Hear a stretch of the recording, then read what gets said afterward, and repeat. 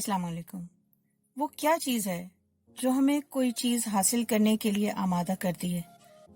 वो क्या चीज़ है जो कि हमें ख्वाब देखने और उन ख्वाबों को हासिल करने के पीछे लग जाने पर, जुट जाने पर आमादा करती है?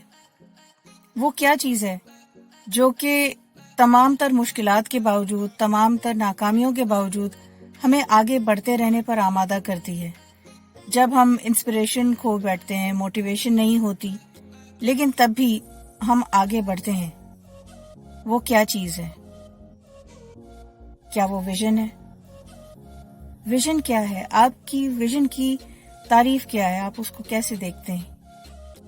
इस चीज़ को जानने के लिए आगे मेरी वीडियो देखिएगा और देखिएगा कि किस तरह से विजन बनाया जाए और उसको हासिल किया जाए।